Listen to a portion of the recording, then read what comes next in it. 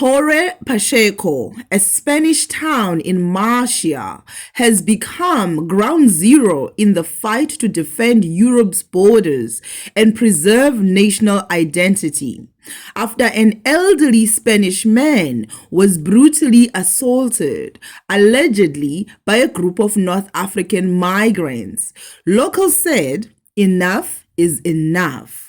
The brutal beating of a 68-year-old Spaniard shared wildly on social media was the last straw for many. While mainstream media rushed to call it unverified, locals knew what they saw: a growing pattern of violent crime blamed on migrant gangs. Communities across Torre Pacheco, fed up with rising assaults, thefts, and fear in their own neighborhoods, began speaking out, but their voices were quickly labeled far right.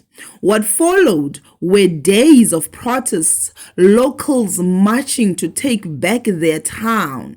Yes, some violence broke out, but was it a spontaneous hate or righteous anger from citizens abandoned by their government? For too long, authorities and EU elites have ignored the consequences of open border policies.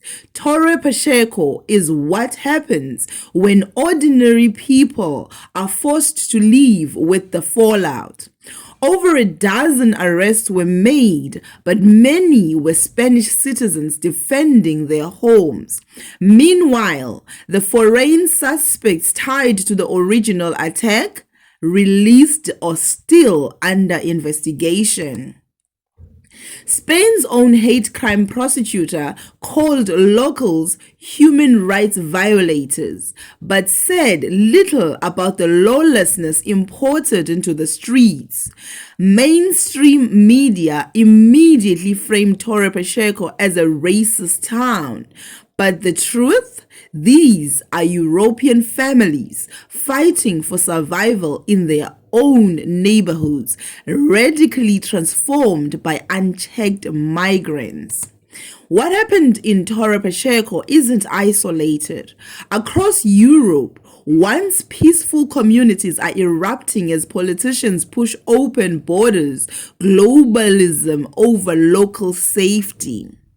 From Sweden's migrant crime wave to France's no-go zones, Europe is waking up, and Spain is now on the front line.